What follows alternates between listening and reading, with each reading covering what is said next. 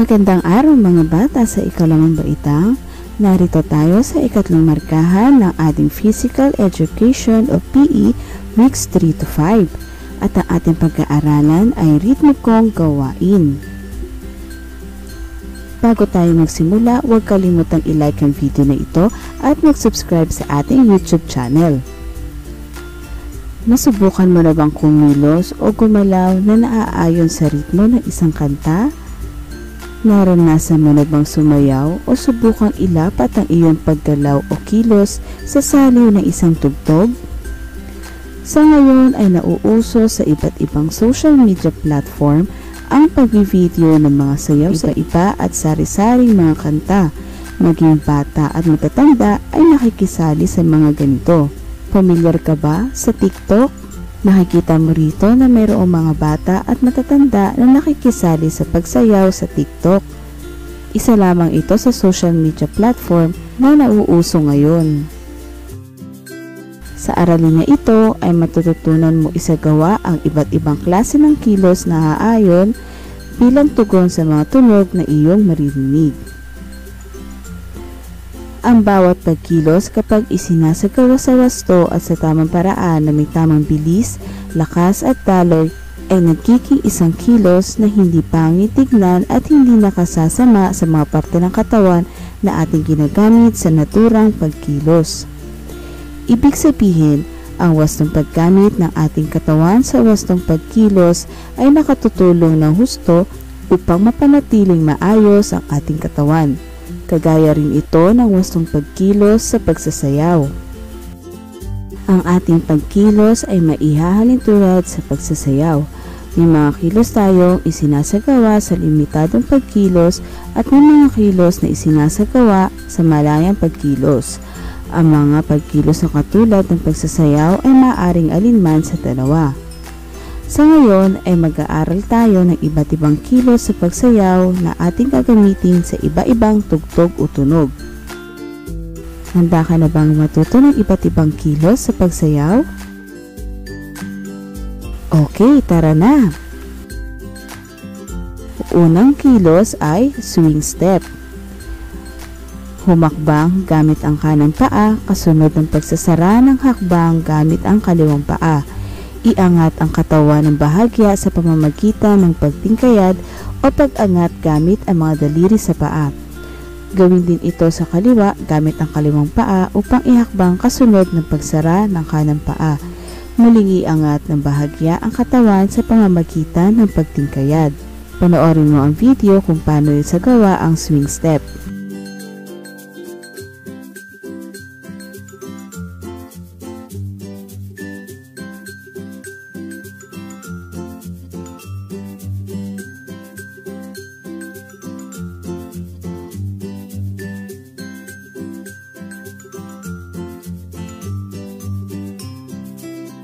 Nakuha mo ba kung paano? Mahusay! Dumakot tayo sa susunod na kilos sa pagsayaw. Ito naman ay tinatawag na touch step. Ihakbang ang kanang paa sa pagitan ng harap at kanang bahagi ng iyong pwesto o 45 degrees mula sa harap papuntang kanan. Sa paglapag ng iyong paa ay ituro gamit ang mga daliri sa paa ang lapag. Isara ang mga paa sa pamamagitan ng pagbalik ng paa sa unang pwesto. Matapos ito ay ihakbang ang kaliwang paa sa harap at kaliwang bahagi ng iyong pwesto o 45 degrees mula sa harap papuntang kaliwa. Muli ay sa paglapag ng iyong kaliwang paa ay ituro ang sahig o lapag gamit ang mga daliri mo sa paa. Mula sa ganitong pwesto ay ibalik ang kaliwang paa sa una nitong pwesto sa pamamagitan ng pagsara ng mga paa gamit ang kaliwang paa na iyong inihakbang. Halina't isagawa natin ang touch step. Panoorin mo ang video.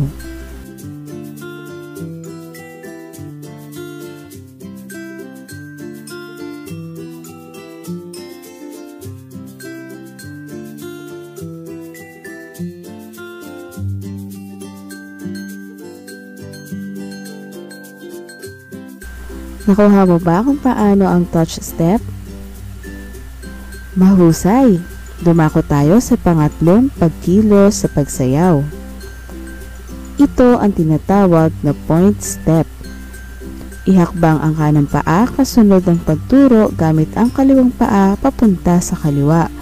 Kasunod nito ay ihakbang ang kaliwang paa kasunod naman ng pagturo gamit ang kanang paa. Maaari itong gawin sa kahit anong direksyon. Narito ang video ng point step. Halina't panoorin at sundan.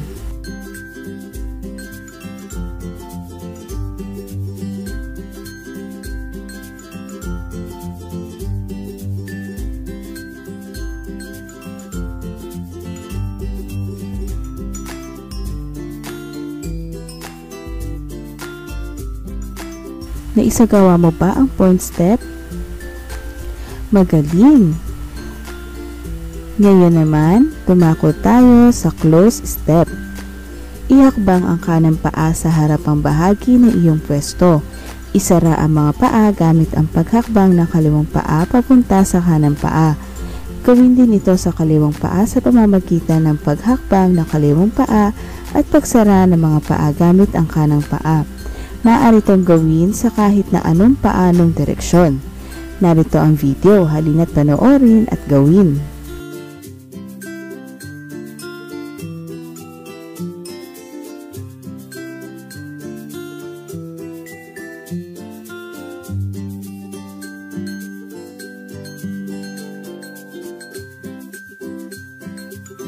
Mukhang mahusay mo na isagawa ang close step.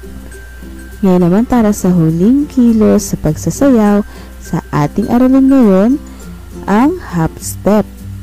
Humakbang gamit ang kanang paa, kasunod nito ay paglukso gamit ang kanang paa at pagbagsak gamit pa din ang parehong paa.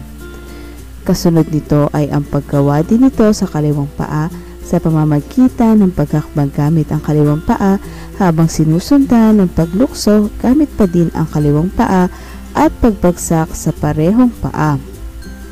Narito ang video.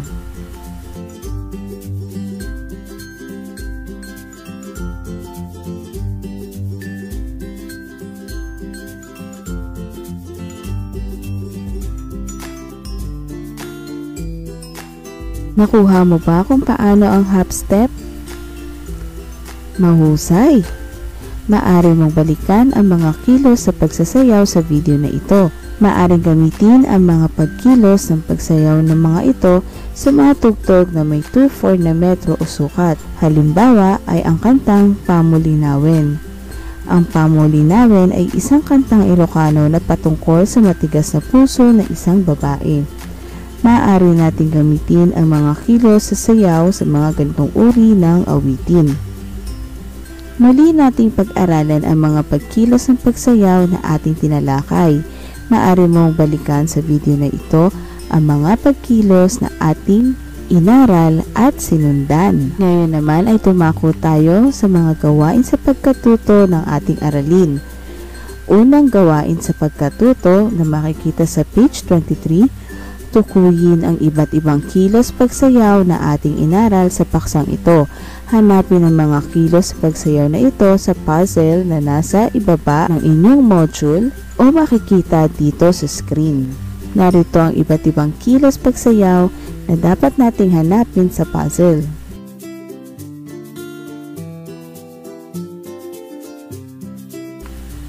Sunod ay gawain sa pagkatuto bilang dalawa na makikita sa page 23 at 24.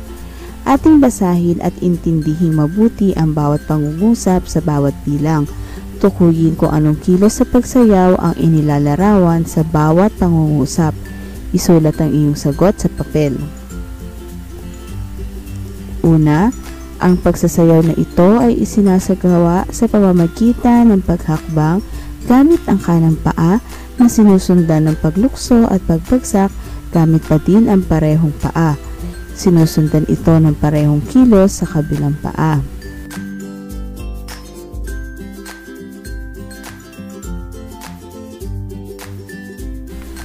Pangalawa, ang pagsasayaw na ito ay isinasagawa sa pamamagitan ng paghakbang ng kanang paa kasunod ang pagturo sa sahig gamit ang kaliwang paa. Sinusundan ito ng parehong kilos sa kabilang paa.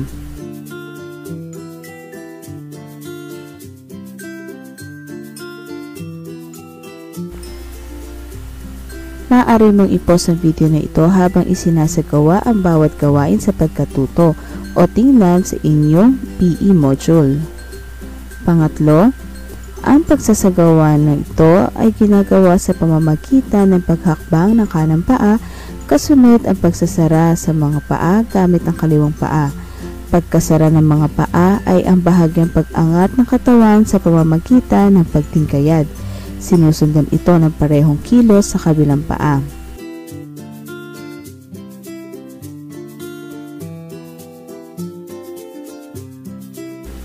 Pang-apat, ang pagsasayaw na ito ay isinasagawa sa pamamagitan ng paghakbang ng kanang paa sa pagitan ng harap at kanang bahagi ng pwesto ng mananayaw o sa 45 degrees mula sa harap papuntang kanang bahagi ng pwesto.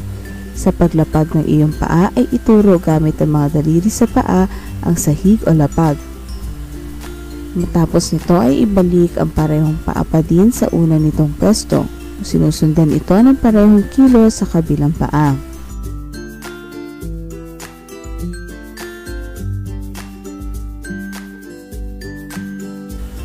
At pang-lima, ang pagsasayaw na ito ay isinasagawa sa pamamagitan ng paghakbang ng kanang paa sa harapang bahagi ng pwesto.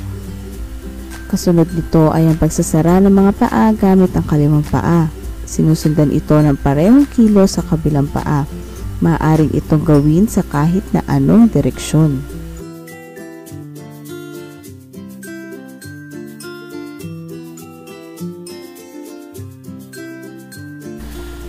Ngayon, para sa ating gawain sa pagkatuto bilang 3 na makikita sa page 25, pumili ng isa sa mga kilos ng pagsasayaw na iyong natutunan sa araling ito. Iguhit ang kilos sa pagsayaw na ito. Sumulat ng maikling description sa kung paano ito na isasagawa. Gawin ang gawain ito sa inyong papel. Maaari kang magpatulong sa iyong magulang o kung sino man nakatatandang kasama mo sa bahay upang gawin ang gawain sa pagkatuto bilang 3.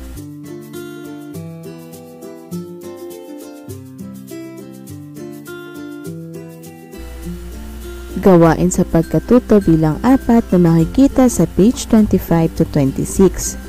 Basahin ang mga panuto sa ibaba o sa susunod na slide. Gawin ang sinasabi sa bawat panuto. Sagutin ang mga katanungan pagkatapos gawin ang mga nakasaad sa panuto. Isulat ang iyong sagot sa inyong papel. Narito ang mga panutong inyong dapat sundan. Una, pag-insayuhan ang bawat kilos sa pagsayaw na ating inaral.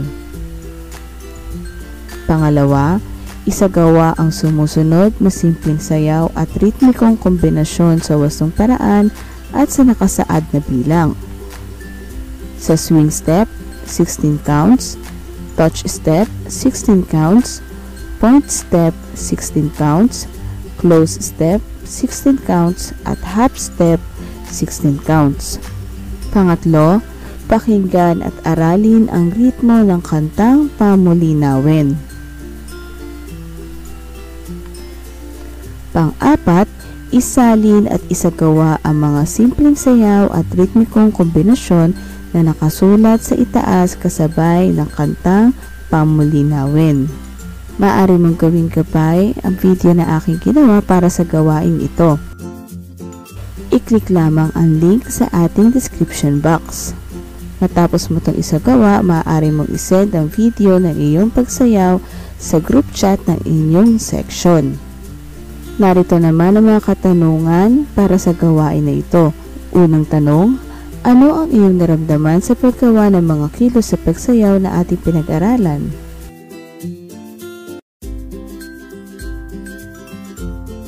Pangalawa, alin sa mga kilos na ito ang nahirapan kang maisagawa ng wasto at bakit?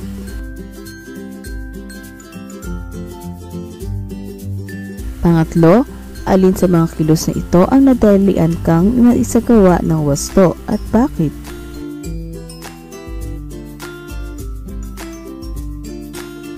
Pang-apat, Ano ang iyong napansin o naramdaman habang isinasagawa ang mga simpleng sayaw at ritmikong kombinasyon sa saliw ng kantang Pamulinawin?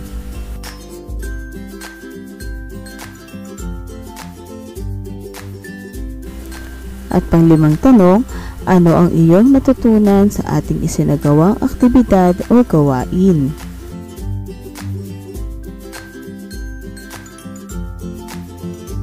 Sunod na gawain, pakinggan ang kantang Sitsiritsit.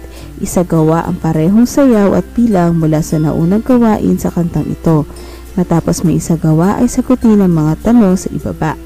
Ito ay para sa gawain sa pagkatuto bilang 5 na makikita sa page 27. Narito ang mga tanong na dapat mong sagutin pagkatapos mong isagawa ang parehong sayaw sa kantang Sitsiritsit. Una, nagtugma ba ang sayaw na ginawa natin sa Pamulinawin sa kantang Sitsiritsit? Bakit?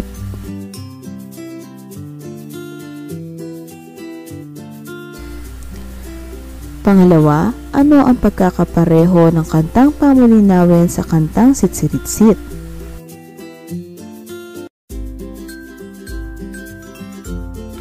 Pangatlo, ano ang iyong natutunan sa paglalapat ng parehong sayaw sa Pamulinawin sa kantang Sitsiritsit?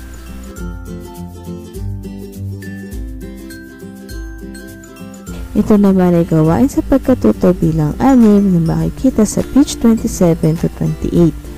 Humanap ng 5 pang awiting may 2/4 na metro o sukat.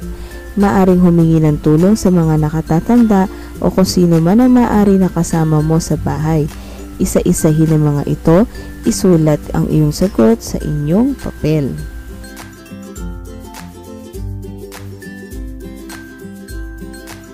Pagkatapos mong pumili o humanap ng mga awiting may 2/4 na metro, pumili ka ng isa lamang sa kantang na isulat mo bilang sagot sa naunang gawain. Pakinggan at araling mabuti ang awiting ito. Gumawa ng simpleng sayaw at ritmikong kombinasyon sa wastong bilang ng napili mong kanta gamit ang mga kilos na naituro sa aralin. Isulat ang nagawa mong sayaw sa isang malinis na sagutang papel. Ito ay para sa gawain sa pagkatuto bilang 7 na makikita sa page 28.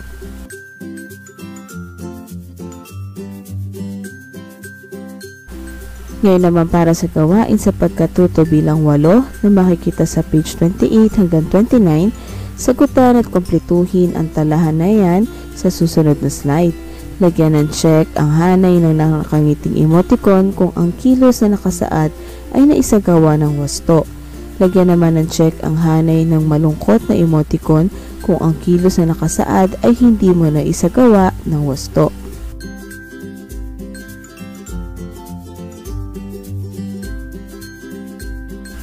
Para sa ating huling gawain sa araling ito, punyan ng patlang ng wastong salita at isulat ang iyong sagot sa inyong papel.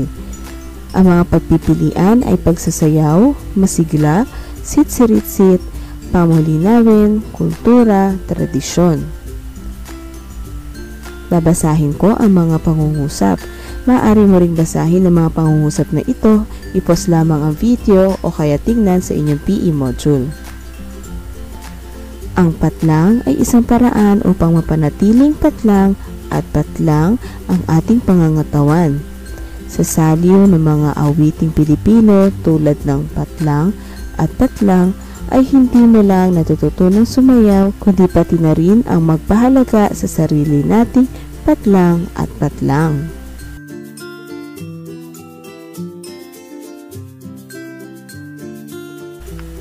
Palakpakan ang iyong sarili. Tapos na ang ating aralin. Maraming salamat sa inyong pakikinig.